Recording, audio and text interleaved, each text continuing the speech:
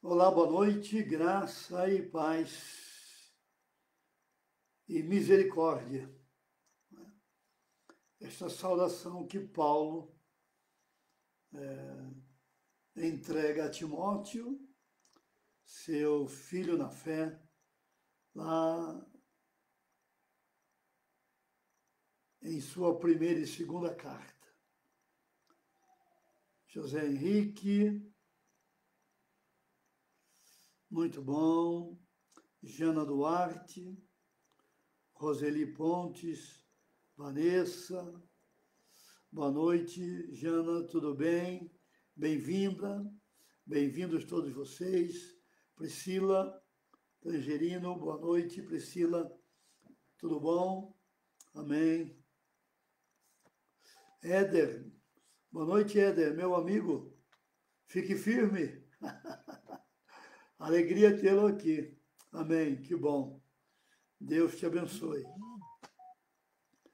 Oi, Lu, tudo bem? Lu Alcântara, boa noite, graça e paz. Amém, amém, graças a Deus.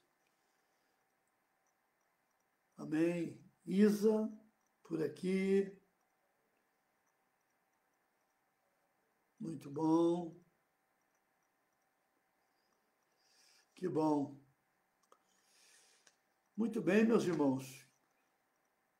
O frio está indo embora, o inverno, que não foi realmente um inverno, né? Foi uma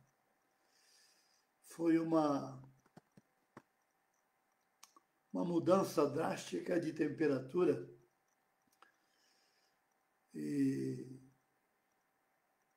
Mas agora vamos ter um clima melhor, temperaturas mais agradáveis e certamente aproximando-se do verão, não é verdade?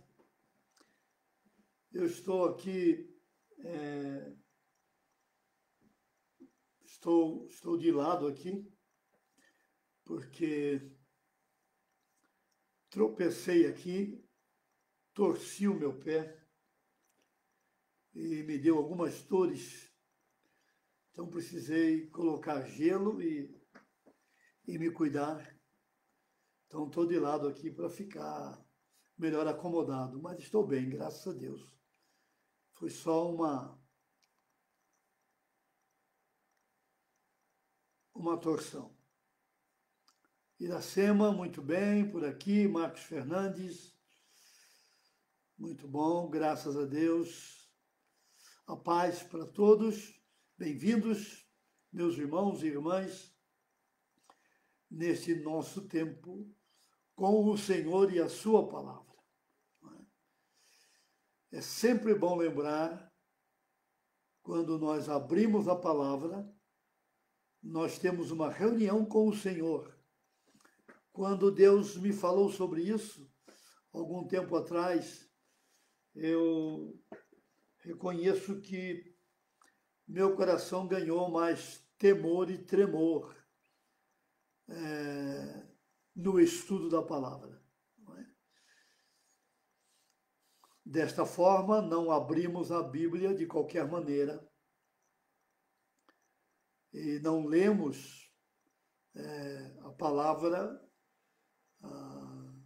como qualquer outra literatura, porque reconhecemos que o nosso tempo com a palavra é um tempo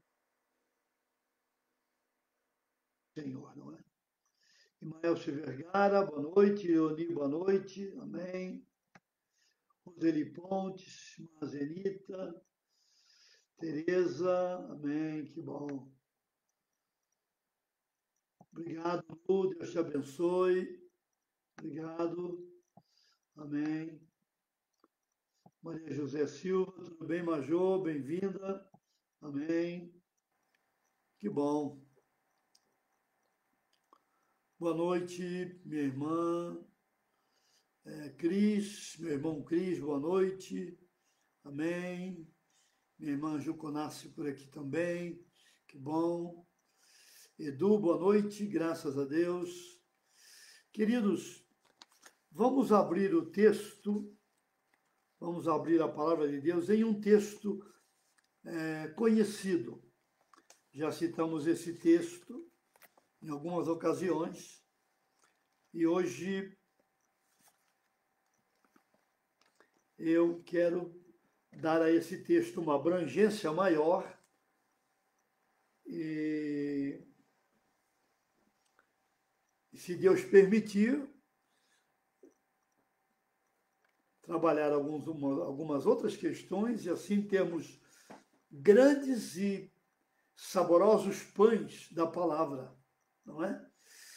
Para a nossa vida nesta noite. Então, abra a sua Bíblia comigo na carta de Paulo a Timóteo, segunda carta, capítulo 3, do versículo 1 ao versículo 5. Segunda carta de Paulo, capítulo 3, versículo 1 ao versículo 5. Ok? Você tem a sua Bíblia, isso é muito bom. Se você tem papel e caneta, muito bom. Gisele por aqui.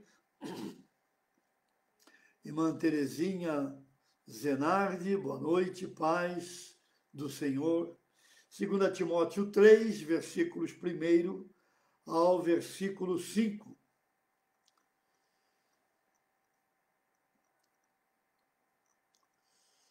Sabe, porém, isto: nos últimos dias sobrevirão tempos difíceis, pois os homens serão egoístas, avarentos, jactanciosos, arrogantes, blasfemadores, desobedientes aos pais, ingratos, irreverentes, desafeiçoados, implacáveis, caluniadores, sem domínio de si, cruéis, inimigos do bem, traidores, atrevidos, enfatuados, mais amigos dos prazeres que amigos de Deus, tendo forma de piedade, negando-lhe, entretanto, o poder. Foge também destes. Eu vou falar sobre quando o amor está sobre ataque feroz. Eu quero falar sobre isso hoje. Obrigado, Lu, pela sua sugestão. Muito obrigado, vou prestar atenção nisso. Hoje eu quero falar sobre quando o amor está sobre ataque, sobre batalha feroz. Não é? Nós percebemos que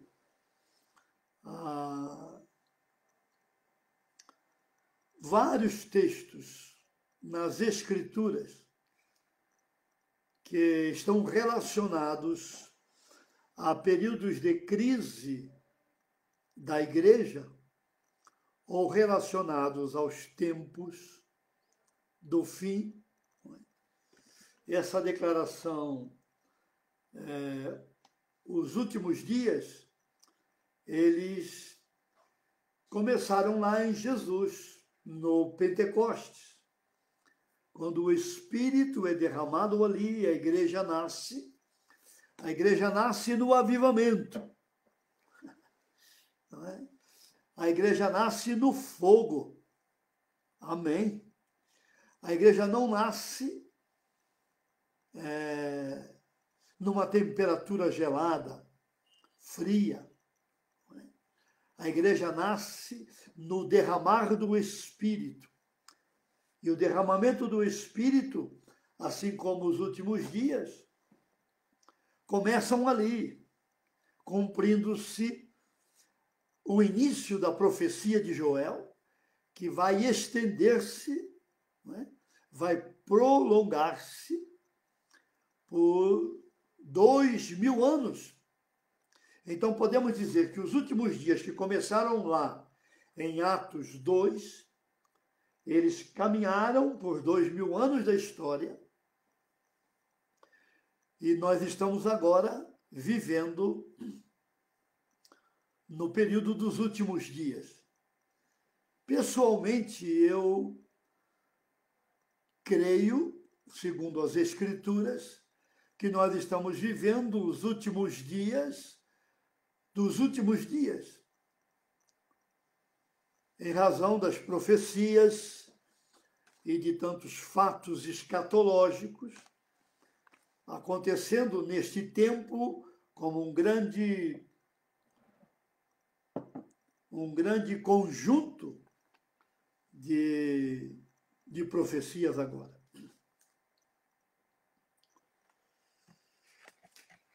Então, quando nós olhamos para este texto, nós vamos encontrar aqui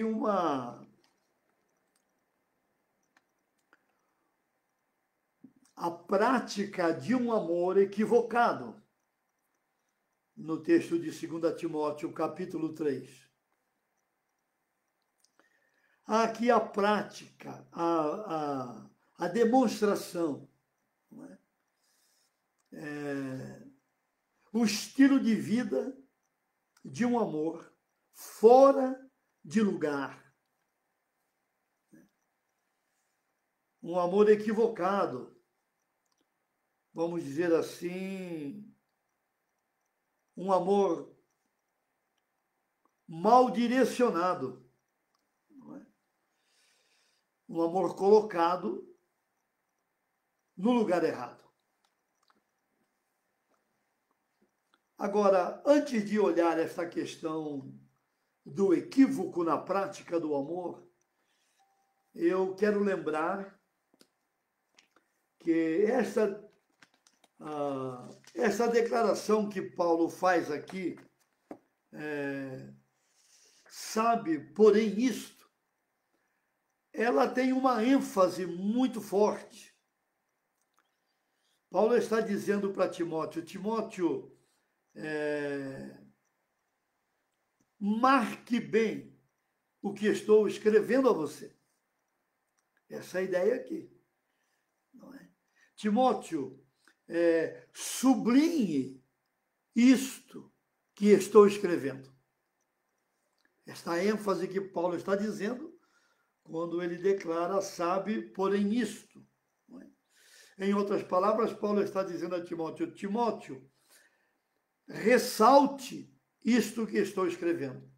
Ou, talvez uma outra tradução diria, Timóteo, não perca isto. Coloque a sua atenção naquilo que vou escrever a você. Paulo está dizendo a Timóteo, também a nós, que devemos prestar atenção a essa declaração de Paulo e nos apegar a esta mensagem que fala da apostasia dos últimos dias. Na verdade, esta passagem ela tem uma riqueza de avisos. Quando Paulo escreve de uma masmorra romana, de uma prisão de segurança máxima, quando ele está perto de sua morte terrena, não é? Seu tempo na terra estava chegando ao fim, e suas últimas palavras a Timóteo, e também a nós, gotejam urgência. Há uma urgência naquilo que Paulo está colocando aqui.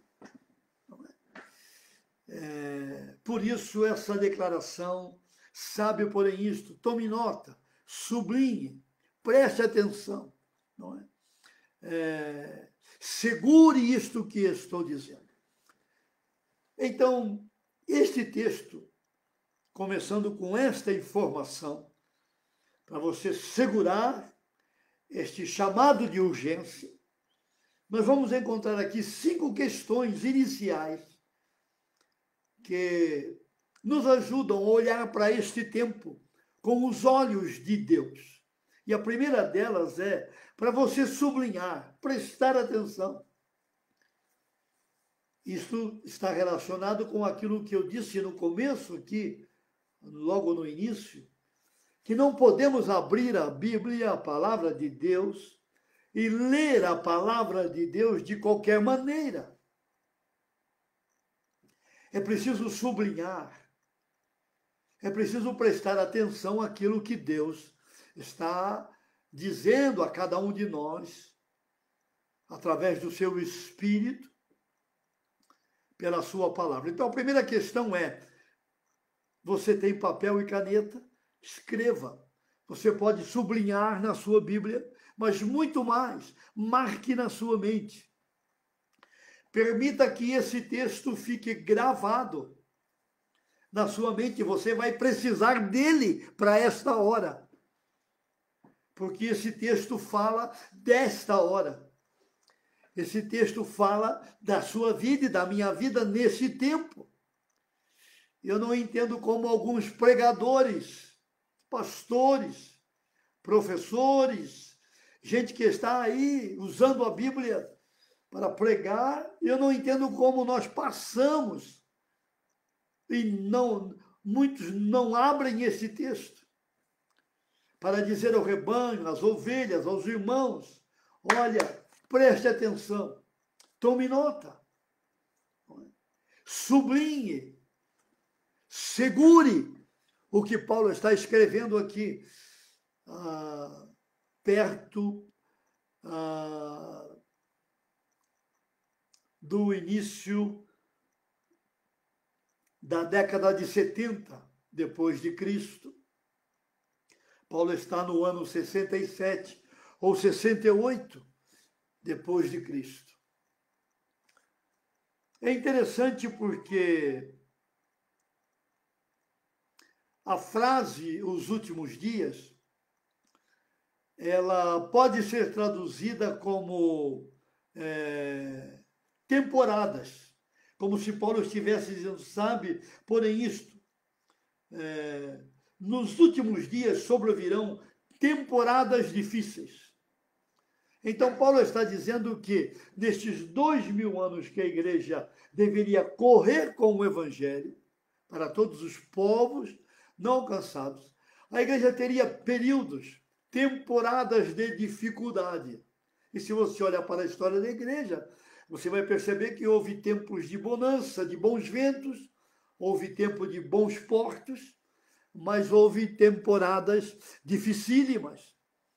E, pessoalmente, eu creio, pelas Escrituras, que esse tempo que nós estamos vivendo são temporadas difíceis. Poderíamos dizer que esta temporada, este tempo, são tempos ferozes. Paulo está dizendo, fique atento, sublinhe. Nós vamos experimentar temporadas ferozes na nossa caminhada como igreja, não é? A palavra difícil aqui, Paulo usa tempos difíceis. Essa palavra aparece aqui em 2 Timóteo capítulo 3 e ela aparece também em Mateus capítulo 8, versículo 28. Então, nós precisamos ler o texto de Mateus, capítulo 8, versículo 28, ok? Vamos até o Evangelho de Mateus, capítulo 8, versículo 28. Irmã Vera Lúcia, boa noite, bem-vinda, minha prima Dulce por aqui, amém, bem-vinda, pastor Wagner, Cerquini por aqui também, Andréia Farage, que bom, Andréia, bom tê-la aqui, Deus te abençoe. Não é? Mateus capítulo 8, versículo 28. Você tem a sua Bíblia, pode abrir a sua Bíblia. E se você tem a sua Bíblia escrita em papel, você tem um ganho muito maior e você foge das distrações e tentações do aplicativo. Não é verdade? Mateus 8, versículo 28. Tendo ele chegado à outra margem, à terra dos Gadarenos, vieram-lhe ao encontro 2 endemoniados, saindo dentre os sepulcros, e a tal ponto furiosos, que ninguém podia passar por aquele caminho. Então, esta palavra, tempos difíceis, de 2 Timóteo, capítulo 3, é a mesma palavra que Mateus utiliza aqui para tempos furiosos, não é? Shelepoi, a palavra aqui, que são também, poderíamos traduzir como tempos violentos, tempos ferozes, não é? Ninguém podia passar por ali. Um filósofo grego disse que esta palavra significava uma ferida feia, infectada e perigosa. Então, juntando tudo isso, nós compreendemos que Paulo está dizendo a nós que os últimos dias nós enfrentaremos temporadas ferozes, difíceis, malignas, não é? Demoníacas. Seriam tempos perigosos em todas as áreas. É um termo utilizado por uma das traduções da Bíblia, tempos de dificuldade em todas as áreas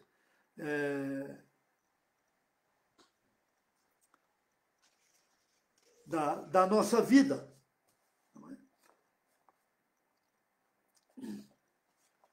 Agora, voltando lá para 2 Timóteo, capítulo 3, nós temos uma declaração interessante de Paulo ali sobre esse tempo,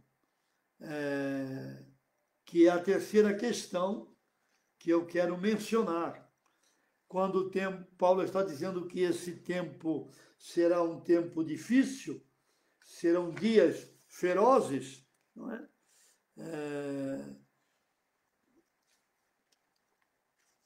Os dias da apostasia, nos últimos dias, serão dias onde a ferocidade, onde o comportamento demoníaco, não é? Onde a manifestação maligna, ela vai piorar. Haverá um progresso. Não é? Talvez poderíamos afirmar, à medida que a igreja avança para o seu tempo do fim, o tempo da perversidade, o tempo da malignidade, o tempo da ação demoníaca será também progressivo. Poderíamos até afirmar que nós estamos vendo e experimentaremos um avivamento em todo o mundo do ocultismo. Em todo o mundo do ocultismo, em todo o mundo da ação maligna, nós veremos um despertamento, um avivamento, um progresso, um avanço, uma ferocidade maior, uma malignidade maior, uma ação demoníaca maior, não é? Os dias serão difíceis 2 vezes mais nesse tempo do fim.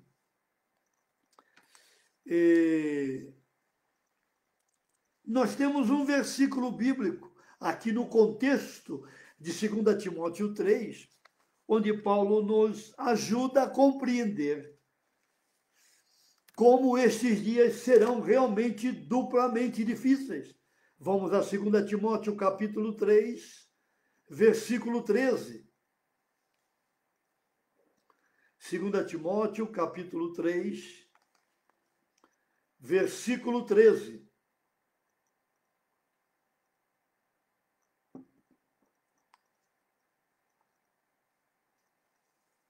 Ok? Todo mundo lá, bem-vinda Esther, minha irmã, bem-vinda Raquel Terracini, bem-vinda Oi Dados. Muito bom, quanta gente por aqui hoje. 2 Timóteo capítulo 3, versículo 13. Olha o que Paulo fala no contexto da declaração de temporadas difíceis. Não é? Mas os homens perversos e impostores irão de mal a pior. Isto é, a situação não vai melhorar. Se você encontrar um pregador dizendo que o mundo vai melhorar, que o acordo de paz, o acordo de Abraão, realizado agora por Israel e algumas nações, vai melhorar o mundo e nós teremos um grande período de paz e segurança. Não é verdade? Poderemos ter um momentâneo período onde as guerras vão perder a sua força, mas o caráter dos homens perversos e o caráter dos homens impostores irão de mal a pior. Paulo diz aqui, enganando. Quem é o pai do engano? Quem é aquele que gera o engano? Quem é o enganador, segundo as Escrituras? Você lembra? Este tempo é um tempo do engano. Este tempo é o tempo do falso. Este tempo é o tempo da mentira. Este tempo é o tempo onde os homens serão enganadores, mas também serão enganados. Então você percebe no contexto do que Paulo está dizendo, no capítulo 3, quando ele fala de temporadas ferozes no período dos últimos dias, nós teremos um crescimento da perversidade e dos impostores e do engano, não é? Da nossa sociedade. Então,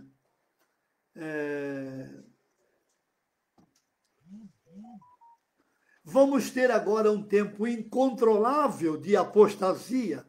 É isto que Paulo está dizendo. E nós já percebemos a apostasia fora da igreja, não é? Percebemos todo um movimento anticristo, anticristianismo, anticristãos, percebemos isto em vários canais da sociedade, percebemos um grande movimento, uma grande movimentação anticristã, não é? Revelando no coração dos homens do nosso tempo uma apostasia em relação a Cristo e a sua palavra. Porém, o mais grave, não é? Vamos dizer assim, a questão mais preocupante não é o fato de que a apostasia cresce do lado de fora, mas também o fato de que a apostasia ela cresce dentro do arraial, não é? Dentro do movimento da igreja. E esta é a quarta coisa que eu quero mencionar. Se você tomar o 2 Timóteo capítulo 3, do versículo 1 até o versículo 13, Paulo está falando da fisionomia da nossa sociedade, do comportamento, da maneira de pensar dos homens e mulheres que estão ao nosso redor, mas não somente do lado de fora, não somente na mídia, nos tribunais, na educação, não é? Em outras áreas da nossa sociedade, mas também dentro. Essa é a quarta questão, porque Paulo vai dizer aqui, ó, capítulo 3, versículo 5.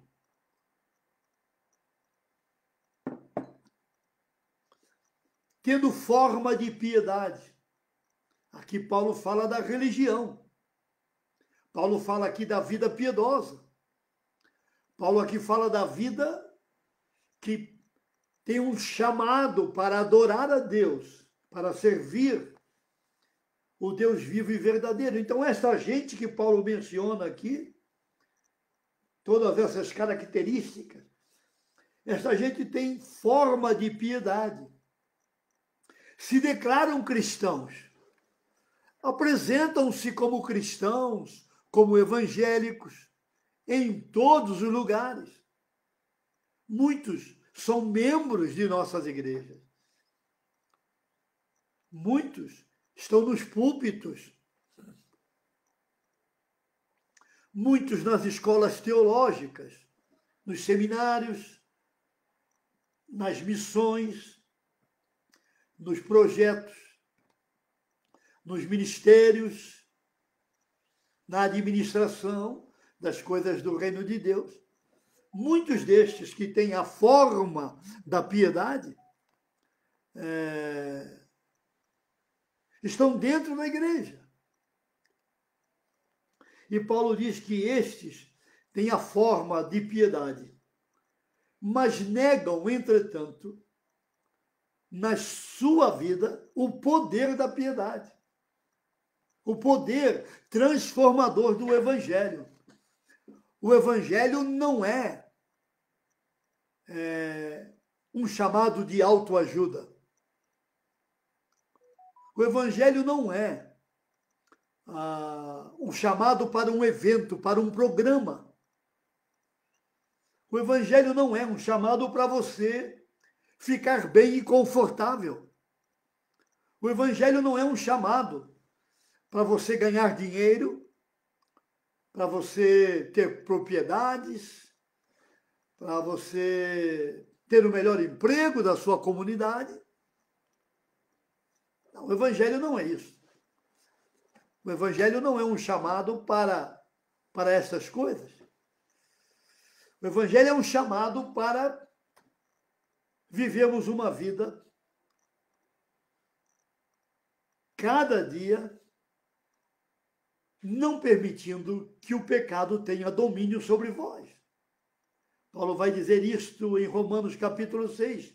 O pecado não terá domínio sobre a nossa vida. O Evangelho é vitória contra o pecado no dia a dia. E o Evangelho é vitória contra a condenação do pecado. Aquele que está em Cristo. Não há condenação sobre ele. Romanos capítulo 8. Nenhuma condenação há para aqueles que estão em Cristo Jesus. O Evangelho é vitória contra o pecado agora. O Evangelho é vitória contra o pecado amanhã.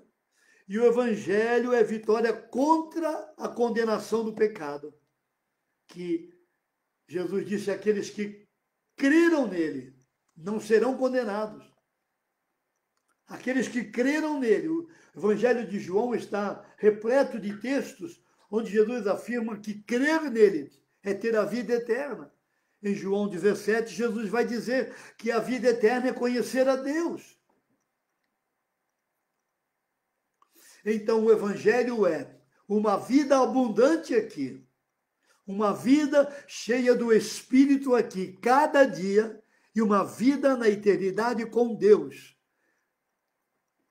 Salvos pela graça, mediante a fé, não pelas obras. É dom de Deus, é dádiva de Deus. Isto é o Evangelho.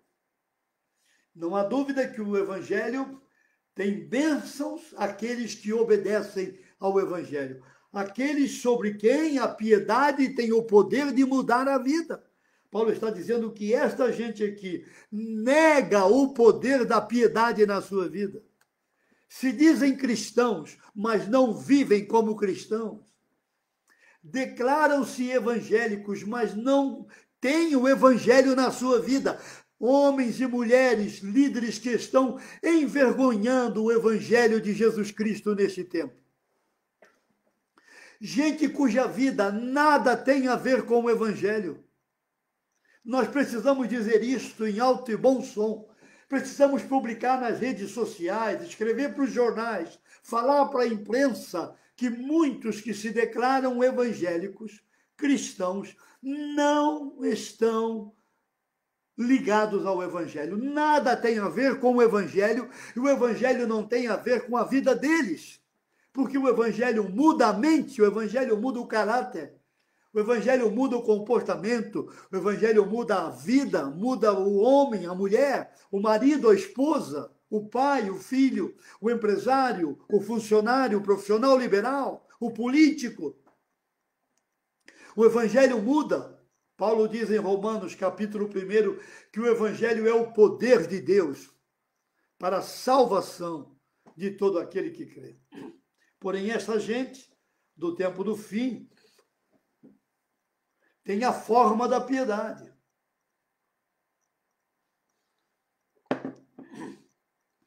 Parece crente, mas não é crente. Tem um linguajar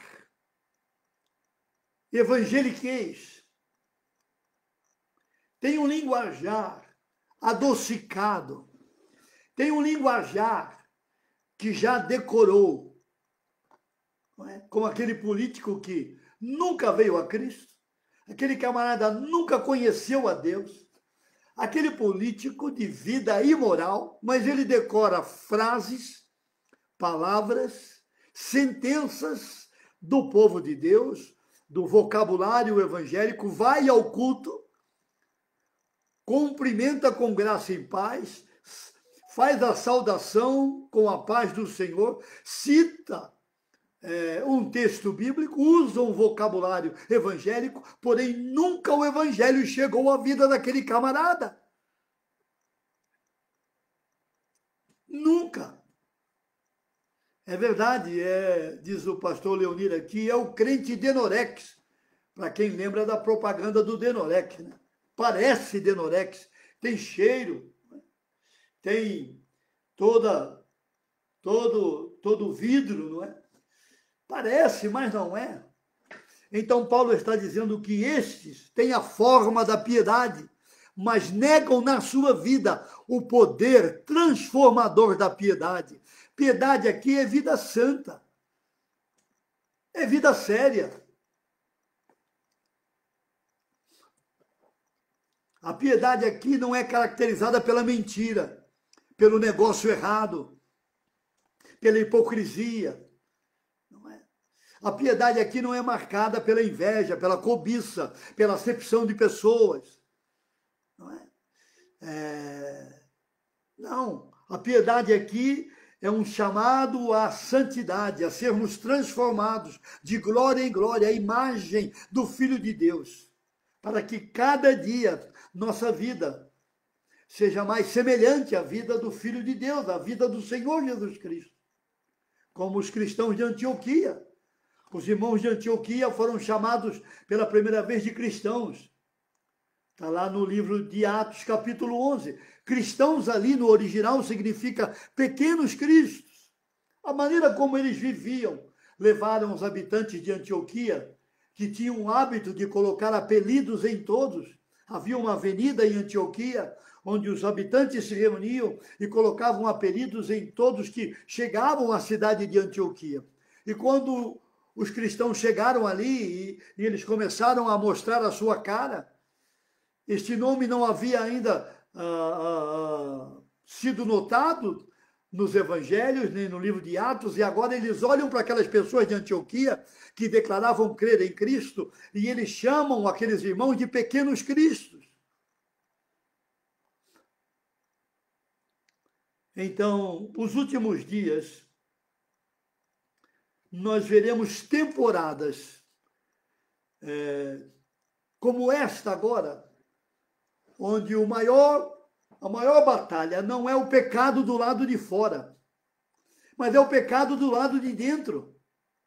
É o pecado no púlpito, é o pecado no ministério, é o pecado no pastorado, é o pecado na equipe pastoral, é o pecado no campo missionário, é o pecado na agência missionária, é o pecado na família, é o pecado na minha vida, é o pecado na sua vida, é o pecado em cada um de nós, não tratado, não confessado, não abandonado, não há arrependimento, nós não deixamos o pecado, nós gostamos do pecado, enamoramos com o pecado, andamos com o pecado.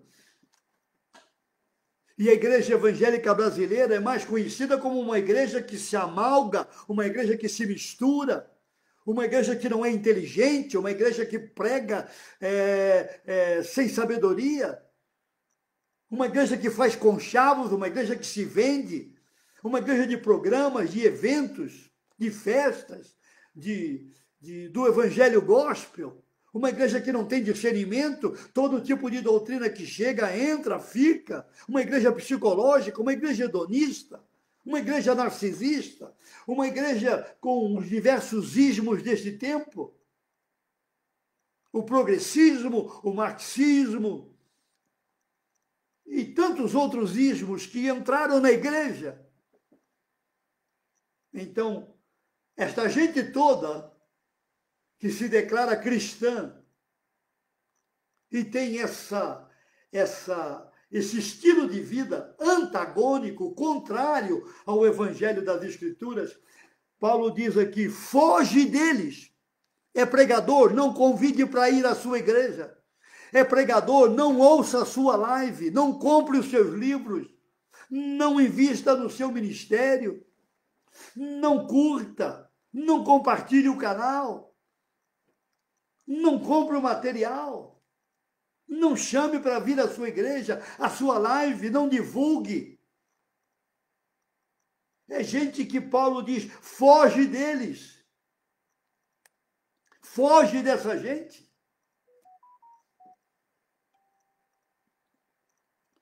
Então, este tempo do fim, esta temporada de tempos difíceis,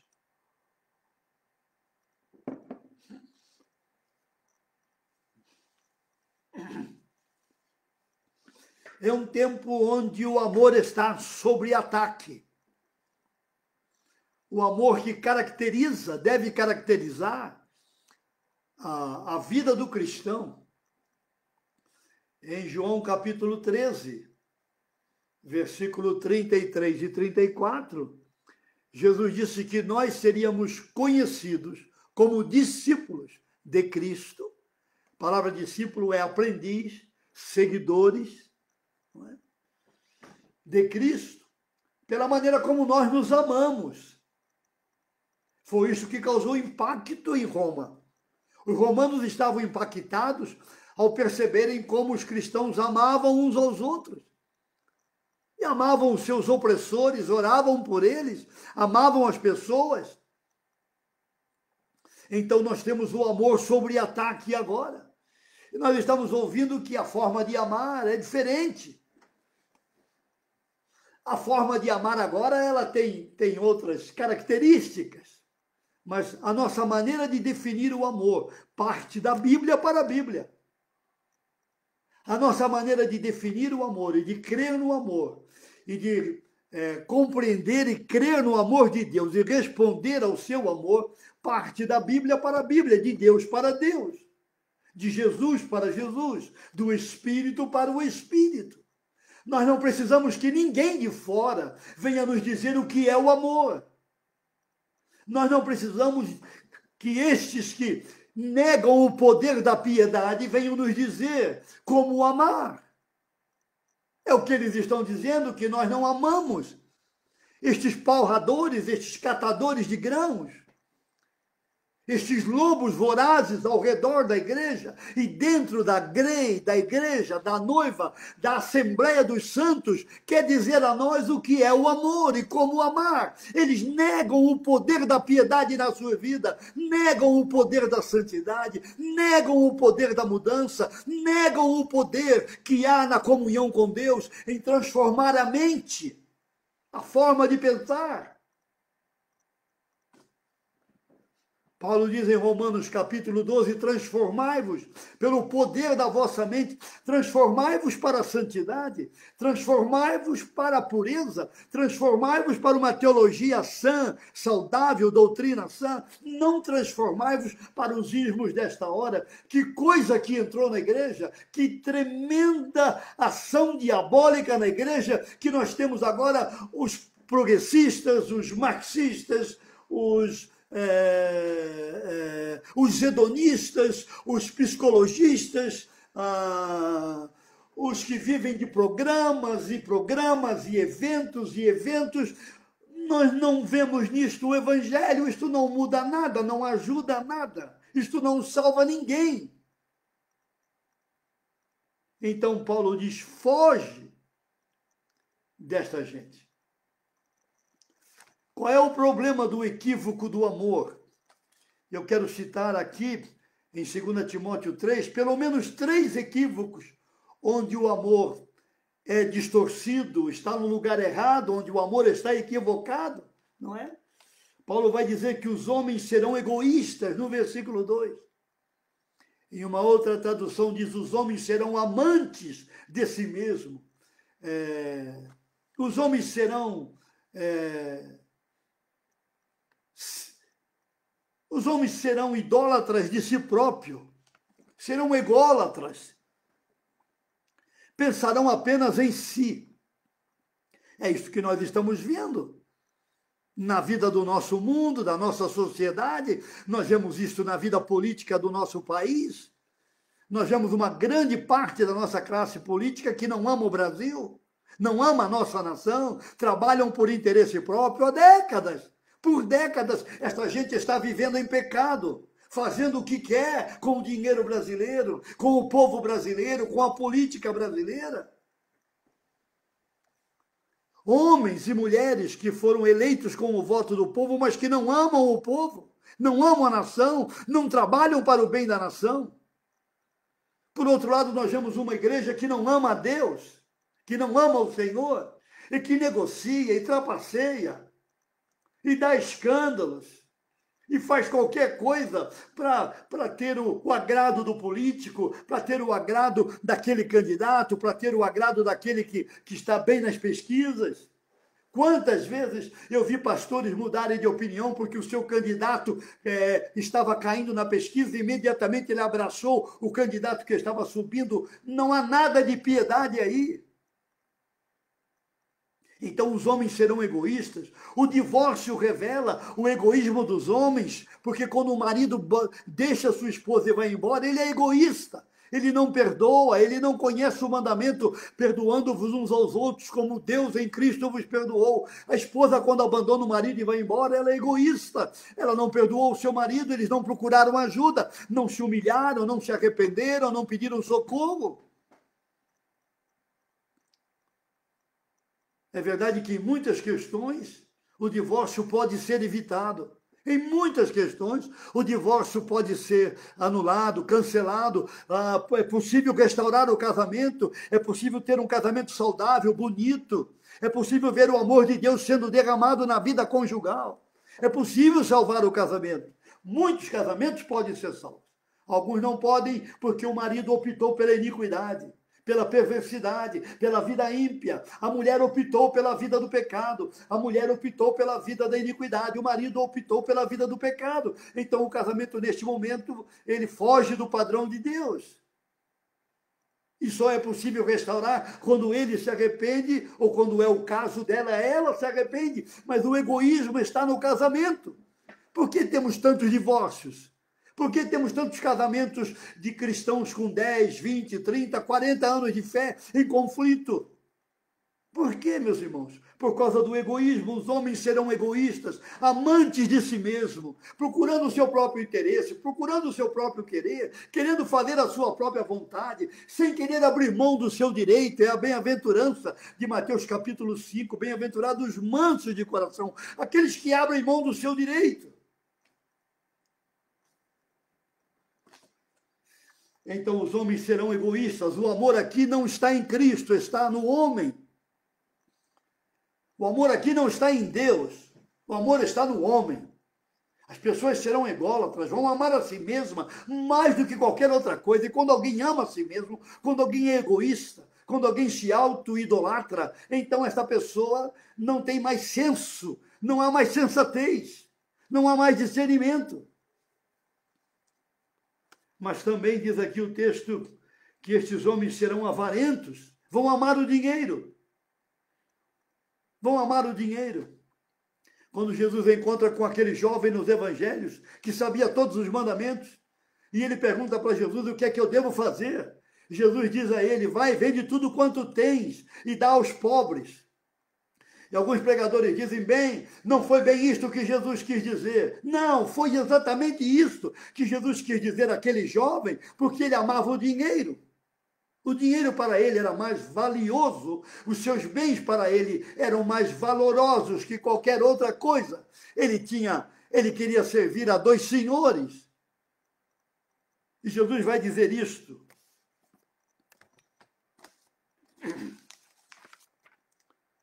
Jesus vai dizer isto em Mateus, capítulo 6. Que não é possível amar a Deus e ao dinheiro, a Deus e as coisas, a Deus e os bens. Não é possível. Então, os homens serão amantes do dinheiro, amantes das coisas, serão avarentos, terão o dinheiro como seu Deus, prestarão culto aos seus bens, à sua propriedade. Isto revela a falta de confiança em Deus e no seu poder de suprir e prover as necessidades. Nós temos um mandamento na Bíblia para dar, mais bem-aventurado é dar do que receber, diz Lucas, citando palavras do Senhor Jesus em Atos capítulo 20. É verdade que nós devemos dar segundo Deus, segundo a orientação do Espírito. Não há nenhuma ordem para você sair jogando dinheiro pela janela e dando dinheiro de qualquer maneira e para qualquer um que vem pedir a sua porta. Não é isto que a Bíblia diz. A critério, o Espírito fala. A W. Toze declara que há cristãos que nasceram depois da meia-noite. E eu sempre fiquei pensando o que significa isto. Cristãos que nasceram depois da meia-noite são aqueles que estão atentos aos clamores da madrugada. Depois da meia-noite é a hora da urgência. Depois da meia-noite é a hora da madrugada. Depois da meia-noite é a hora do clamor. Depois da meia-noite é a hora daquele que se dobra e chora. Depois da meia-noite é a hora da angústia. É a hora do até quando. É a hora de orar em gemidos. É a hora daquele que clama, esperando em Deus, que Deus supra a sua provisão em qualquer área da vida. Quem nasceu depois da meia-noite ouve estas vozes. Quem nasceu depois da meia-noite ouve o Espírito dizendo, vá a tal lugar, vá a tal pessoa, faça isto, ligue para aquele irmão, ligue para aquela irmã, tenha essa atitude, tome aquela decisão, vá à sua bolsa, vá à sua conta, vá com a sua vida, vá com a sua oração, vá com a sua palavra. Aqueles que nasceram depois da meia-noite ouvem os clamores do Espírito urgentes da madrugada. Mas os avarentos não ouvem ninguém. Os avarentos não ouvem nada. Os avarentos, eles ouvem a si próprios. Eles ouvem o seu bolso e a sua bolsa. Os avarentos vivem com base na sua conta bancária. Os avarentos vivem com base naquilo que eles podem juntar, mesmo não indo para o céu. Porque aqueles que amam o dinheiro e amam as coisas, e amam os bens e amam a vida material, não têm parte no reino de Deus. É isto que as Escrituras falam sobre os avarentos, eles não entrarão no governo de Deus, no reino de Deus. Então o amor está equivocado. Primeiro porque os homens serão egoístas, amarão a si próprios. Segundo porque os homens amarão o dinheiro. Terceiro, capítulo 3, versículo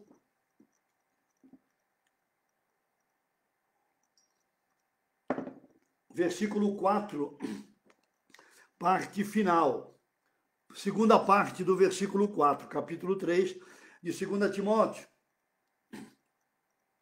Mais amigo dos prazeres que amigos de Deus. Esta gente não quer ser amiga de Deus, não ama o Senhor. Esta gente é hedonista, ela ama os prazeres. Você quer ver se a sua igreja vai estar cheia agora no retorno?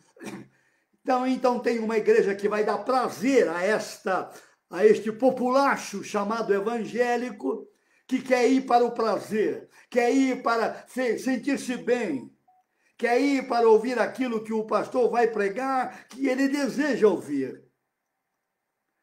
Ah, você quer ver a igreja que vai estar cheia neste tempo? É aquele camarada que vai pregar somente sobre o amor de Deus. E ele nem sabe exatamente o que é o amor de Deus, porque não lê Bíblia, não tem Bíblia, não sabe explicar o amor de Deus, porque apenas residiu a sua mente no amor de Deus. E não foi a misericórdia, não foi a graça, não foi a justiça, não foi a repreensão, a disciplina, a justiça de Deus. É aquele pregador meloso, é aquele pregador que prega gostoso e todo mundo gosta dele e todo mundo diz: esse é o cara. Então ele vai para o inferno com a pregação dele e leva todo o seu rebanho com ele. Porque ele não prega o que a Bíblia diz, ele não prega o que Deus quer, ele não prega o que o Espírito revela, ele prega em proveito próprio, para lucro próprio, ele prega para manter o seu auditório ali, porque ele é doente, ele precisa daquele público em grande escala para afagar o seu ego e para mantê-lo doente naquele lugar. Então, estes homens e mulheres deste tempo serão amigos dos prazeres. Eles querem tudo que lhes dá prazer, serão hedonistas. O que é o hedonista? O hedonista é alguém que quer prazer a qualquer custo. Tudo que ele compra é para o seu prazer pessoal. Ele não está pensando em comprar e servir o reino. Ele não está pensando em comprar para a glória de Deus. Ele não está pensando num trabalho novo para a glória de Deus, em uma nova universidade para a glória de Deus, uma nova capacitação para a glória de Deus. Ele não está pensando em uma nova família para a glória de Deus. Não está pensando em ganhar mais dinheiro para a glória de Deus. Ele é hedonista, ele é amigo dos prazeres, ele é amante dos prazeres, ele anda de braço dado com os prazeres, ele não é amigo de Deus. Embora tenha a forma da piedade, mas não é amigo de Deus. Esta gente está dentro da igreja, em todo lugar. Em todo lugar. Então o amor está equivocado. O amor está fora de lugar, o amor está mal direcionado. E é interessante porque quando Paulo escreve essa segunda carta a Timóteo, a igreja está balançando naquele período. Se você pegar a primeira carta, a igreja está no pico, ela subiu a montanha. Na primeira carta de Paulo a Timóteo, a igreja está na maturidade. Na segunda carta, a igreja está descendo a montanha. Ela estava em crise, ela cresceu, era uma grande igreja. Paulo vai dizer em 2 Timóteo, capítulo 2, versículo 20, que a igreja é uma grande casa. E esta grande casa tem vasos para honra e vasos para desonra. Então aqui a igreja tem uma grande crise na segunda carta. E é por causa disso que Paulo escreve sobre o amor, direcionado de maneira errada. Quando a igreja tem uma crise, quando nós temos uma crise pessoal, uma crise familiar, uma crise na nossa vida, os afetos, o amor, a maneira de pensar, é a primeira área a ser prejudicada na nossa vida.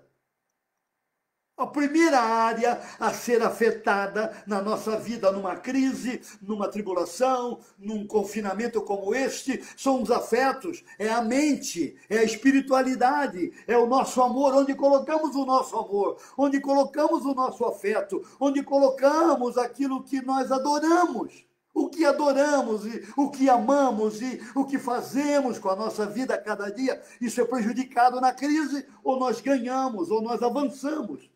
A crise é perigo e oportunidade. Nós podemos avançar na crise, podemos ser cristãos melhores, podemos ser mais saudáveis, de vida mais bonita, podemos ser cheios do Espírito, podemos ter fome e sede de Deus, podemos orar mais e ler mais a palavra e ter a alegria do Espírito Santo. Aleluia! Podemos dar mais à nossa vida, à nossa oração, o nosso tempo, os nossos recursos. Podemos dar mais de nós mesmos para que o Evangelho avance, mas também podemos voltar para trás. Há perigo na crise. E um dos perigos é colocar o amor em outro lugar. O Instagram vai cair, eu vou reconectar, ok? Vamos lá? Um minutinho, meus irmãos, por favor, para reconectar o Instagram. Louvado seja Deus.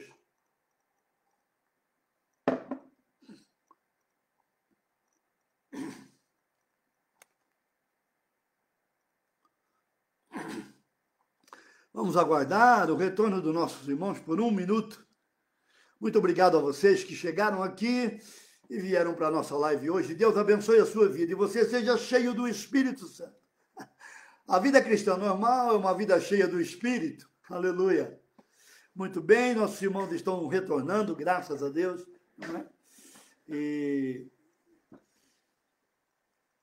Amém. Graças a Deus. Então, a crise, as lutas, as batalhas, as adversidades, as tribulações, elas trazem perigo e oportunidade. O perigo é você voltar para trás e tornar-se um cristão relapso. O perigo é você desanimar. O perigo é você seguir os incrédulos. A apostasia está crescendo. O perigo é você abandonar a fé. Cuidado, meu irmão e minha irmã. Você precisa estar perto de alguém mais maduro. Você precisa estar perto de alguém que conhece a palavra, que discipula, que pode ajudá-lo a ficar firme agora, nesse tempo onde a apostasia cresce fora e cresce dentro. Nós veremos pessoas perto de nós apostatando da fé. Veremos pessoas que nós amamos apostatando da fé. Veremos pessoas do nosso relacionamento apostatando da fé. Pastores apostatando da fé. Nós veremos isso. É bíblico. Isto é bíblico. Então, o grande perigo aqui é ter um amor equivocado, com o medo deste tempo, o medo da doença, o medo disso, o medo daquilo. Nós nos amamos de tal maneira que não temos mais ouvido para ouvir os clamores daqueles ao nosso redor. Os clamores da igreja perseguida, os clamores daqueles que têm fome, os clamores das crianças que estão sendo abusadas na mão de pedófilos, os clamores daquelas mulheres que estão debaixo da pressão do aborto, os clamores das mulheres que estão sofrendo violência física, os clamores daqueles que estão sofrendo com o racismo, com a acepção de pessoas, com tantas outras questões ao nosso redor. Nós não temos ouvido porque amamos a nós mesmos e queremos proteger a nós mesmos. E não temos ouvidos para ouvir o Espírito dizendo a nós agora onde estão aqueles que vivem na Galileia, que é a região da sombra e da morte, e que precisam de Deus. Qualquer pessoa neste mundo precisa de Deus. Os que têm mais recursos, os que têm menos recursos, qualquer tribo, língua, raça e nação, qualquer pessoa em qualquer idade sem Deus é um campo missionário. Então nós precisamos ir às pessoas e pregar o evangelho e dizer a elas que Deus as ama. Deus ama cada pessoa. Então o amor aqui está equivocado e Paulo fala sobre isso no momento em que a igreja está vivendo uma crise em todo o mundo naquele momento. Paulo diz isto, que a igreja agora tem um momento de muita batalha espiritual. Mas se você prestar atenção,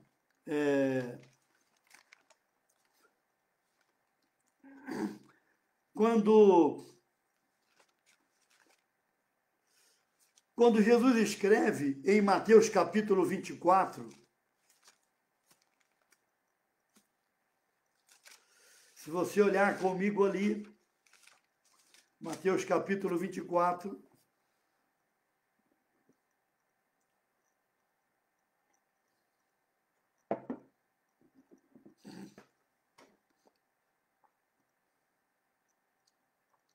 Mateus 24, versículo 12. Um dos sinais das temporadas difíceis destes 2000 anos e características das temporadas difíceis deste tempo também. Mateus 24, versículo 12, por se multiplicar a iniquidade, por se multiplicar o pecado, um mundo sem normas. Iniquidade é um mundo sem normas, é um mundo sem lei, é um mundo sem limites. Por se multiplicar a vida sem limites, sem normas, o amor se esfriará de quase todos. Percebe que novamente o amor é mencionado no momento da crise.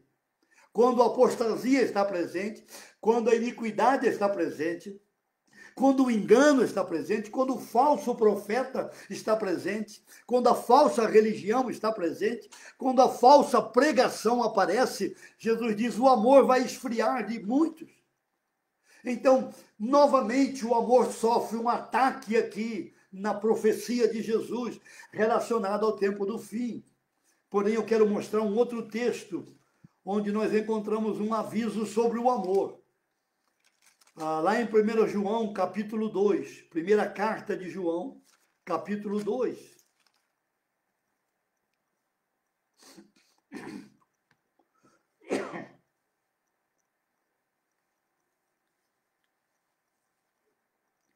Primeira carta de João, capítulo 2, versículo 15 e versículo 16 e 17. 1 João, capítulo 2, versículo 15, 16 e 17, ok? Eu vou aguardar vocês chegarem lá. 1 João 2, 15. Não ameis o mundo, nem as coisas que há no mundo. Se alguém ama o mundo, o amor do Pai não está nele. Você está vendo isso hoje? A igreja não sabe mais o que é as coisas do mundo e as coisas de Deus. A igreja perdeu o senso do sagrado e do profano, do certo e do errado, o que é pecado, o que não é pecado. Outro dia, do discipulado, num grupo pequeno aqui em Santo André, que nós estamos ajudando. Se você quer ajuda no discipulado, fale comigo, fale com a Missão Avante. Nós pedimos que as pessoas fizessem uma lista do que é o pecado. Defina o pecado. Muitos não sabiam definir. Em vários lugares eu tenho percebido isso. Pessoas que se declaram cristãs, e eu creio que alguns são cristãos, mas não sabem mais o que é o pecado. Não sabem definir aquilo que Deus diz, não faça isto. Não sabem mais definir aquilo que não agrada a Deus, entristece o Espírito Santo, aquilo que é desobediência ao mandamento de Deus. Então não ameis o mundo, nem as coisas que no mundo há. Você trabalha, você estuda, você sai de férias, você tem um tempo de lazer com a família, você vai comer com alguém em algum lugar, você tem a sua vida normal. Então você precisa discernir quais são as coisas do mundo, que há no mundo, que o Senhor diz, não ame as coisas deste mundo. Então a forma de pensar deste mundo não nos interessa. A cultura deste mundo não nos interessa. As ideologias, os ismos deste mundo, e um deles contagiou a vida pedagógica do nosso Brasil.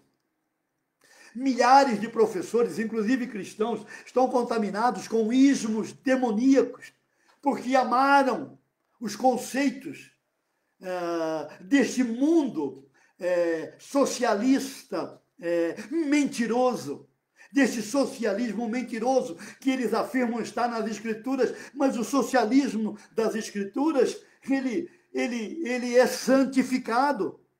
A vida social nas Escrituras, a prática da sociedade nas Escrituras, o chamado para ajudar pessoas, para abençoar pessoas, é o chamado para a santidade. É o chamado para a pureza, é um chamado para estar debaixo do governo de Deus.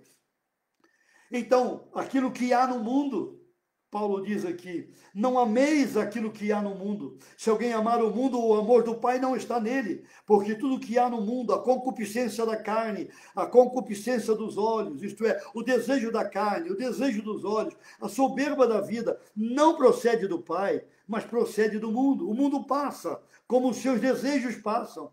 Aquele, porém, que faz a vontade de Deus permanece eternamente.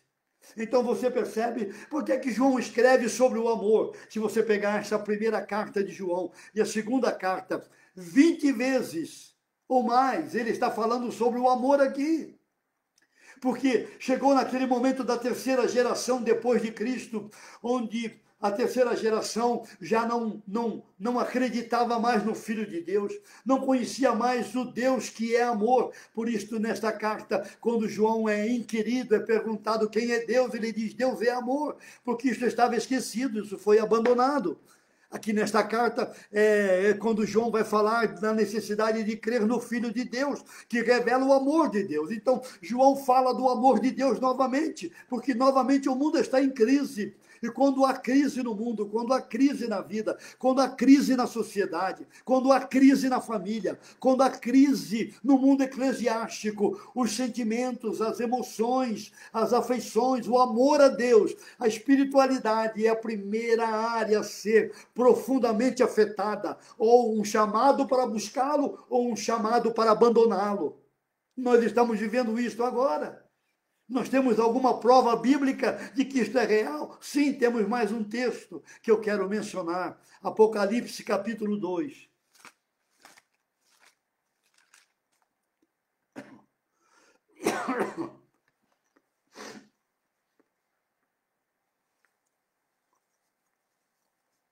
Apocalipse, capítulo 2.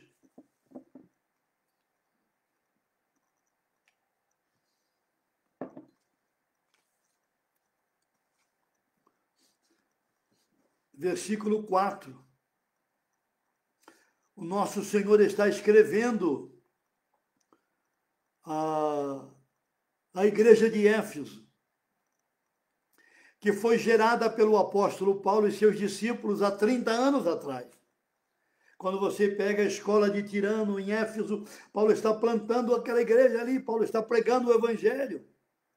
Paulo volta a Éfeso e ele está investindo ali naquela gente, nos habitantes da cidade de Éfeso.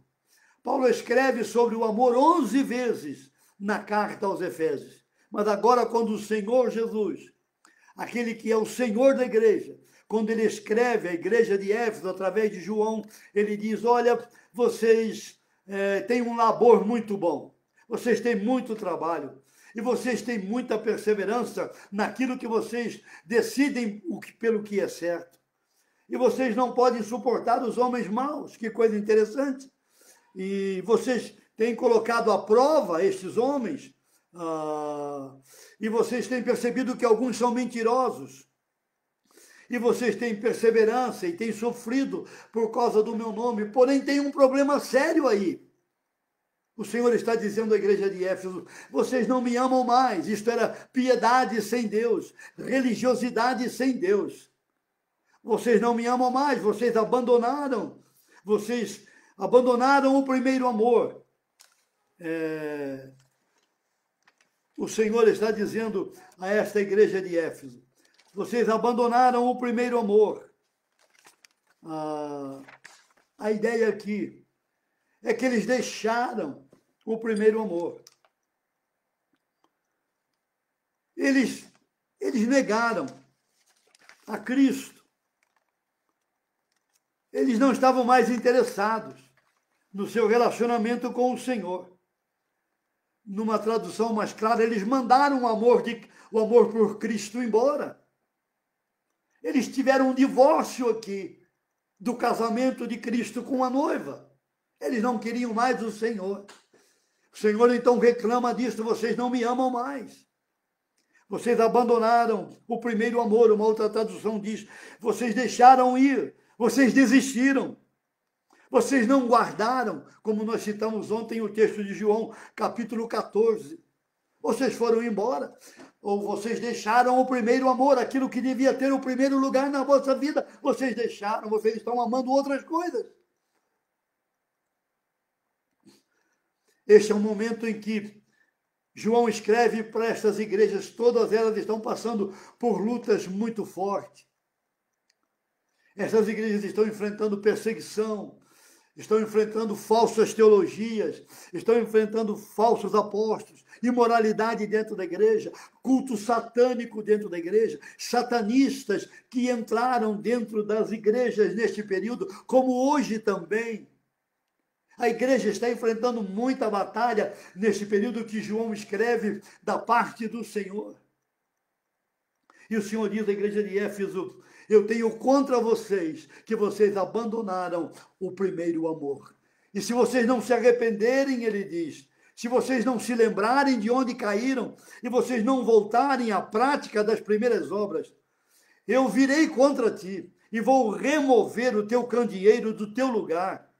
Se você não se arrepender, sabe o que significa isto? Você vai à cidade de Éfeso, não há nenhuma semente do evangelho lá. Nenhuma marca do evangelho.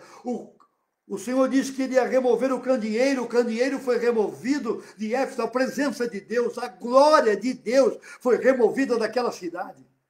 É assim também com muitas igrejas hoje. A glória de Deus não está mais em muitas das nossas igrejas e ministérios, e convenções, e equipes, e projetos. A glória de Deus não está mais ali, porque nós abandonamos o amor ao Senhor. Nós abandonamos o amor a Deus, ele não é mais o primeiro da nossa vida. Nós amamos a tudo e a todos e queremos ter um cristianismo politicamente correto, uma mensagem politicamente correta, um auditório politicamente correto, uma música politicamente correta. Então, quando nós somos chamados a pregar sobre o pecado em todas as áreas, não o pecado de um grupo, não o pecado de uma pessoa, não o pecado aqui e ali, mas o pecado em todas as áreas.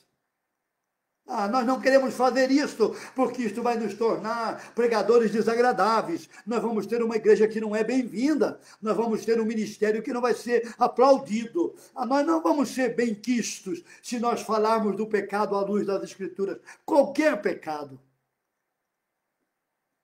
Então, essa igreja que abandonou o primeiro amor, percebe? É um tempo de crise, é o final do primeiro século.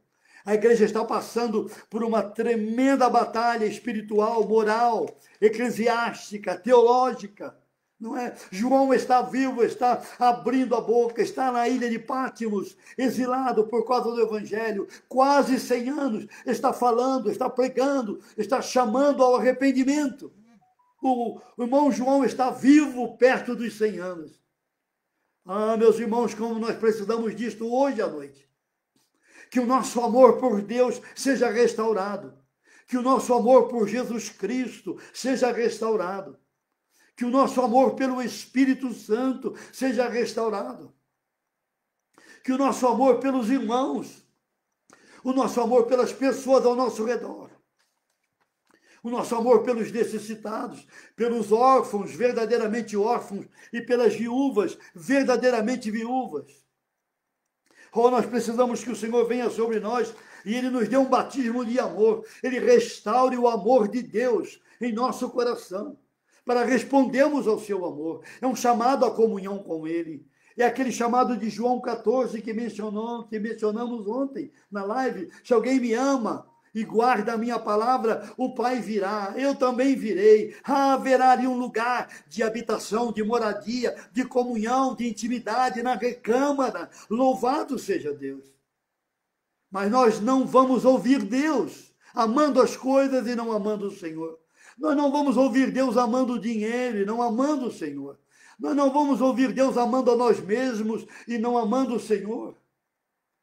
Já foi dito isto, o dinheiro que gastamos com viagens, com supérfluos, com animais, com roupa, com refrigerantes, com comida, é muito maior do que o dinheiro que nós gastamos no investimento da obra missionária, no investimento do avanço de missões, no investimento para missionários sérios. Eu não estou falando de missionários turistas, paraquedistas, gente desobediente, rebelde, não obedece ninguém, não faz parceria com ninguém, não está ligado a ninguém, não presta conta a ninguém, não quer submeter-se a ninguém. Não, eu estou falando dessa gente que se diz missionário ou missionária, mas que é franco atirador, quer viver segundo a sua própria cabeça. Não, estou falando de gente séria, que está discipulando, plantando igrejas, gerando pessoas em Cristo, causando impacto onde está, pregando o evangelho, vivendo vida bonita, para a glória de Deus. Então, quando amamos o Senhor, nós vamos ser cooperadores do Evangelho,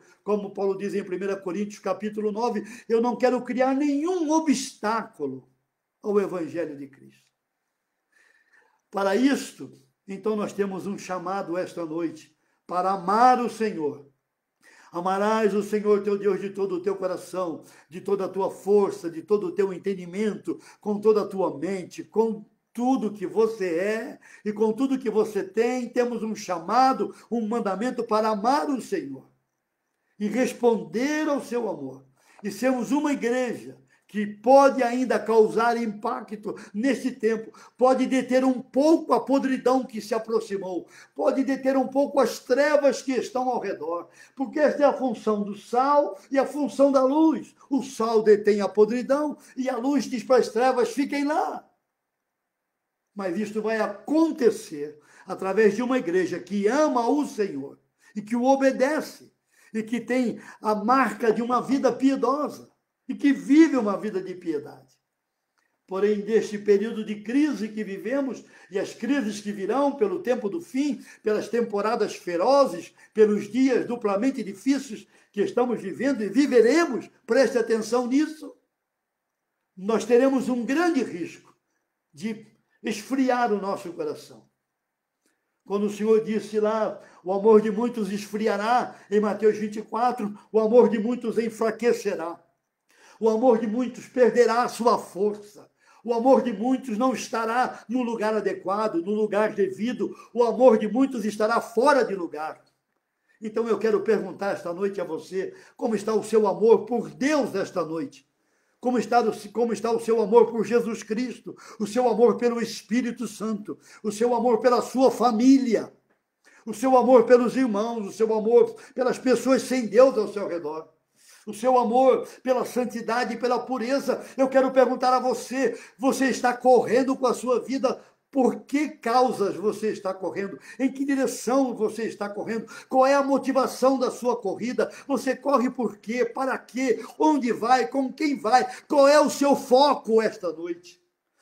Eu quero encorajá-la a correr para o coração de Deus, para o coração de Cristo, para o coração do Espírito. Eu quero encorajá-la a correr à recâmara para responder ao amor de Deus. Eu quero encorajá-lo para correr, para amar a Deus sobre todas as coisas. Eu quero encorajá-lo a correr para a santidade, para a pureza, para uma vida bonita, para amar a sua esposa, amar o seu marido, amar os seus filhos, os seus pais, sua família, os seus irmãos, o seu ministério, o seu pastor, suas ovelhas, o seu rebanho, as pessoas ao seu redor, amar a obra missionária, amar o discipulado. Oh, meu irmão e minha irmã, corra esta noite de maneira bonita, não dando golpes no ar, mas tenha o seu foco claro para correr segundo Deus, para a glória de Deus e para que Cristo seja conhecido entre os povos não alcançados da terra.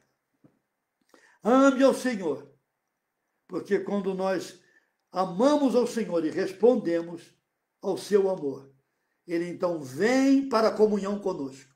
E na comunhão com Deus, nós temos uma mente salva, nós temos uma psique salva, nós temos as emoções restauradas e salvas. Nós temos um intelecto salvo, uma caminhada, um relacionamento. Deus opera maravilhas quando Ele é o número 1 da nossa vida, quando Jesus é o Senhor. Como Paulo diz em Filipenses, capítulo 2, Deus o fez Senhor e Cristo. Quando Jesus é o Senhor da nossa vida, e quando Ele é o dono, o proprietário, aquele que governa, a nossa vida vai certamente causar um tremendo impacto para a glória de Deus, e seremos um bom perfume de Cristo, nesta hora, neste tempo, em nome do Senhor Jesus. Amém? Então eu quero encorajá-lo a voltar à palavra. Leia a sua Bíblia. Coma a Bíblia, alimente-se da palavra. Faça da Bíblia o seu alimento diário. Jesus disse, a comida que eu tenho para comer é a vontade do Pai. Faça da palavra a vontade de Deus para a sua vida. Leia a Bíblia, coma a Bíblia, estude a Bíblia, medite na palavra. Faça dela a sua comida diária. Vá ao banquete com Deus, à sala do banquete. Ore cada dia, ore pela sua vida, ore por perseverança, ore pelo amor, ore pela firmeza, ore pela pureza, ore pela santidade, ore para que você tenha um coração segundo Deus, ore por humildade, ore por quebrantamento, ore por santidade, ore para você dizer não ao pecado. Ore para você ficar firme, ore para você não desanimar, ore para você servir. Ore para você ser uma bênção, mas ore pelo seu marido, ore pela sua esposa, ore pelos seus filhos, pelos seus pais, pelos seus familiares, ore pela salvação deles, se eles não estão salvos, se eles já estão, ore pela firmeza, ore pela perseverança, ore pelo compromisso, ore pela santidade, ore pelo trabalho, ore pelos funcionários da sua empresa, ore pelo seu patrão, ore pelos vizinhos, ore pela igreja em cada canto do mundo. Procure um grupo de cristãos sérios. Procure um grupo de cristãos saudáveis. Procure um grupo de cristãos de vida bonita. Reúna-se com ele. Tenha comunhão com eles. Ande com eles. Estude a Bíblia. Peça oração. Ore por eles. Não fique sozinho. Não fique sozinha. Procure um grupo de comunhão para ajudar você nesta caminhada. Se você não sabe onde vai, não sabe com quem vai, fale conosco, fale comigo, fale com Avante. Queremos orientar você, queremos dar algumas dicas, queremos dizer onde você pode ir. Peça ajuda, procure ajuda. Eu quero encorajá-lo a ser um cristão que faz diferença nesta hora, para a glória de Deus, em nome do Senhor Jesus. Amém? Deus abençoe a sua vida, Deus guarde a sua vida, Deus guarde a sua família, Deus guarde a sua casa, Deus proteja você da doença desta hora, da contaminação, da bactéria, do vírus, das doenças deste tempo. Deus guarde a sua mente da contaminação do pecado, que é a contaminação mais desastrosa e que leva à morte. Mas que você seja cheio do Espírito. Aleluia. Oh, glória a Deus. Você seja cheio do Espírito. O Espírito traz alegria, traz amor, traz paz, traz perseverança, longanimidade, domínio próprio. Oh, o Espírito traz mansidão. Louvado seja Deus. Amém? Vamos orar? Querido Deus, nós consagramos este tempo a Ti. Esta palavra, este tempo, trazemos a Ti em nome do Senhor Jesus. Nós consagramos, Senhor, aquilo que o Senhor tem revelado, que a Tua palavra seja poderosa na nossa mente esta noite, para que ela entre nas nossas entranhas, naquela divisão da alma e do espírito, para realizar a Tua vontade, para fortalecer, para encorajar, para levantar, para curar, para restaurar, para dar vida, para salvar da morte eterna, para salvar das prisões da vida diária, para libertar das prisões espirituais, emocionais, das prisões legalistas, das prisões, das práticas que contaminam a mente e o corpo. Ó Deus, esta seja uma noite de libertação para os meus irmãos e para minhas irmãs, e de cura e de restauração para a família, para o lar, para esta casa, para esta vida, para esta pessoa, para este coração. Ó Deus, visita este coração com poder agora, em nome do Senhor Jesus. Entra nesta vida e faz ali uma obra bonita, e se o Senhor já entrou, continua agindo, operando, ó Deus, encorajando, levantando, erguendo, Senhor, salvando e fazendo uma obra maravilhosa, como promete a Tua palavra. Louvado seja o Teu grande nome. Que os meus irmãos e as minhas irmãs tenham uma noite abençoada, uma semana abençoada, um relacionamento em casa cheio de alegria, onde haja perdão, restauração, compreensão, amor, abrir mão dos direitos. Ó Deus, pelo Teu Espírito, que a Tua palavra seja poderosa na nossa vida e no nosso coração.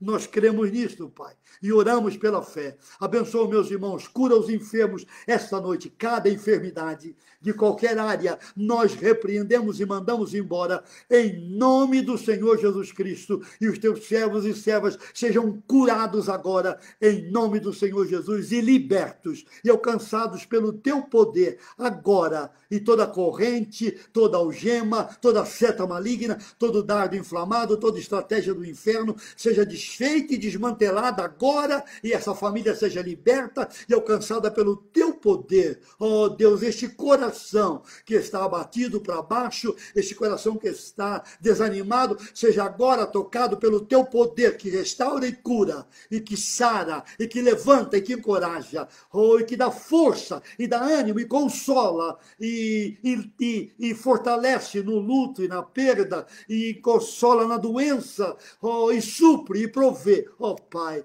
Tu és um Deus maravilhoso, não há nada que Tu não podes fazer. Nós cremos e nós oramos em nome de Jesus. Amém. Amém, queridos. Obrigado, Stephanie. Obrigado, pastor Osório. Obrigado, Isa, filha do rei. Obrigado, Silvana Negrete. Obrigado. Obrigado, Paulo Henke. Obrigado, Tereza. Obrigado, Lu, pela propaganda aí da Avante. Obrigado pela ajuda. Obrigado, Lu.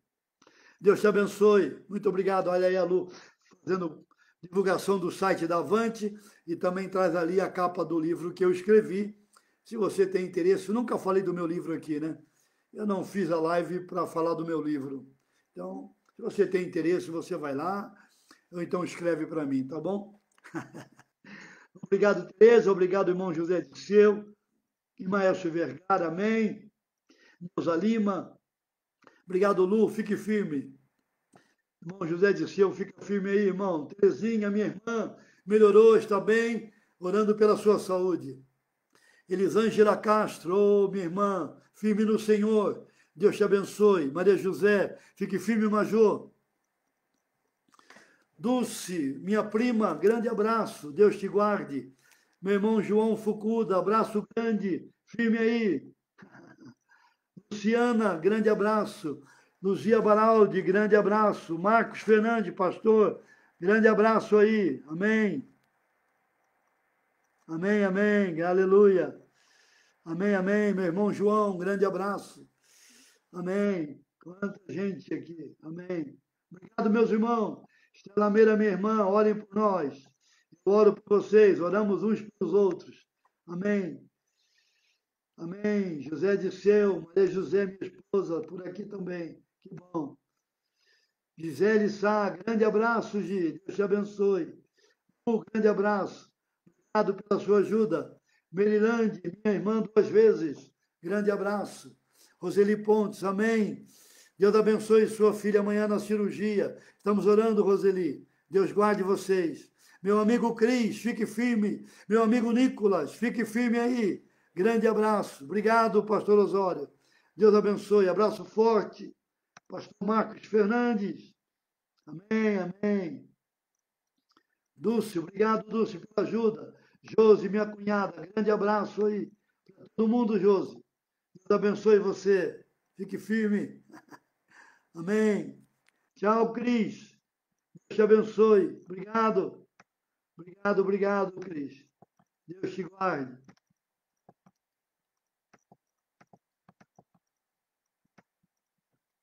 Amém. Graças a Deus.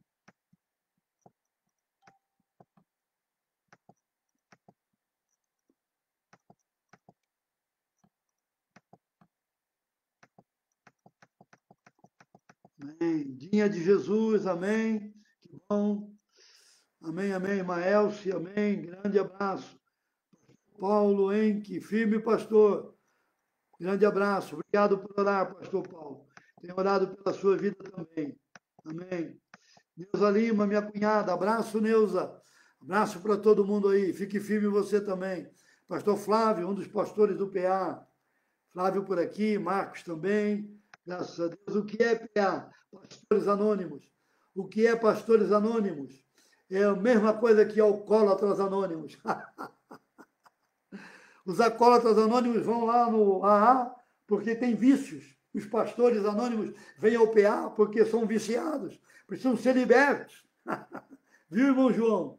Você perguntou aqui, pastor Washington Moreira também faz parte do PA, eu também. Deus nos libertou de muitos vícios eclesiásticos, religiosos, teológicos. Não é?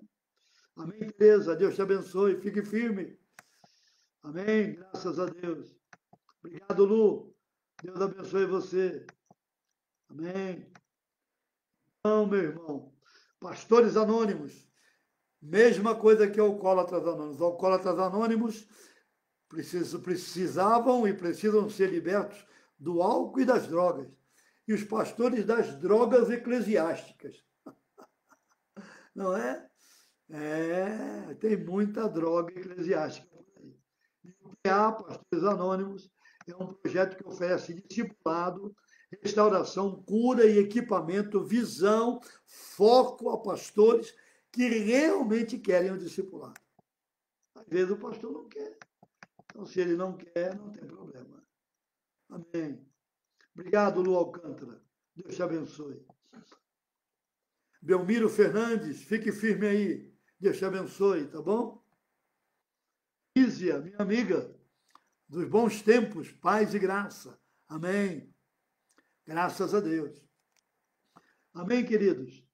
Graças ao Senhor pelo pão desta noite, pela palavra que o Senhor nos deu, não é verdade? Deus sempre tem grandes pães para pôr à mesa.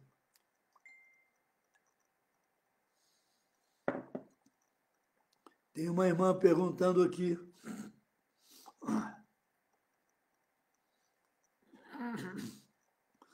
Minha irmã, eu vou procurar saber disto. Eu acho que tem alguma coisa lá, mas eu vou procurar saber para informar. Tá bom? Ok? Pastor André Paz, meu amigo, grande abraço. Fique firme, André. Em nome de Jesus. Amém. Amém, Lu. Obrigado. Lu Alcântara, obrigado pela divulgação, obrigado por ajudar, obrigado por seu compromisso com missões. Deus abençoe você. Eu preciso encontrar alguém, Lu, que queira fazer uma revisão no meu livro, transformá-lo num e-book, para que eu possa oferecê-lo também como e-book. O meu livro, quando foi editado, algum tempo atrás, e eu agora preciso fazer uma revisão, fazer algumas mudanças, acrescentar pouca coisa e transformá-lo também em e-book. Então, se você, Lu, sabe alguém que trabalha com isso, pode dar uma ajuda, eu agradeço, ok? Você que está me ouvindo aqui, conhece alguém, por favor, faça contato comigo, tá bom? Meus queridos, um grande abraço.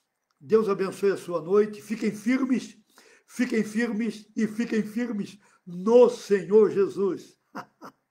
O Salmo 18 diz que Ele é a nossa rocha, a rocha mais alta, onde Deus nos colocou. Eu não posso ir à rocha sozinho, você também não pode, mas o Senhor nos colocou na rocha, não é? Eu estou me preparando para, em algum momento aqui, fazer várias lives sobre os salmos. Os salmos eram chamados ali no período dos pais da igreja, os pais do deserto, não é? Os salmos desde o primeiro século. Eles eram chamados de salmoterapia. Salmoterapia. Porque nos salmos estão todos os nossos sentimentos, emoções, pensamentos, alegrias e tristezas, altos e baixos, não é? Vigor e desânimo, todos os sentimentos humanos que você já experimentou e todo o seu conteúdo psíquico, emocional, não é?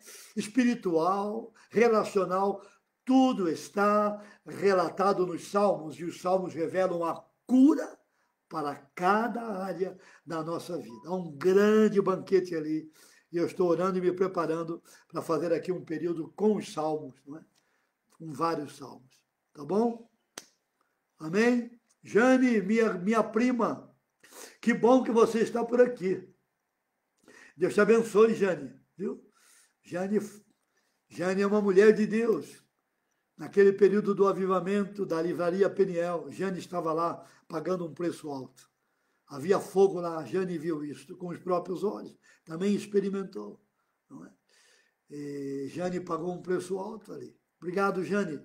Deus te abençoe, Deus te guarde, Deus te fortaleça, prima. Deus abençoe a sua vida. Muito obrigado pela sua vida, pela sua oração, pelo seu tempo. Tá bom? Obrigado também a Lena, obrigado a Neia também. Vocês são mulheres de Deus. Não é? Muito obrigado. Irmã Vera Lúcia, ótimos pães. É verdade, irmã Vera. Nunca faltará pão à mesa com o Senhor. Cuidado com os pães envenenados por aí, do movimento progressista, do movimento neomarxista, do movimento hedonista, psicologista, prazerista, golpista. Cuidado, tem pão envenenado por aí. Mas o pão de Deus é o maná dos anjos. Não é? O pão de Deus é o maná dos anjos, é o maná do céu para a nossa vida. Amém? Aquele adulto, um grande abraço. Deus te abençoe, fique firme. Obrigado, meus irmãos. Uma boa noite, um bom descanso. E amanhã não teremos live, se Deus permitir, e o nosso Senhor tardar um pouco mais. Sexta-feira estaremos aqui, tá bom? Grande abraço. Deus abençoe vocês. Firme aí. Vamos lá para o descanso.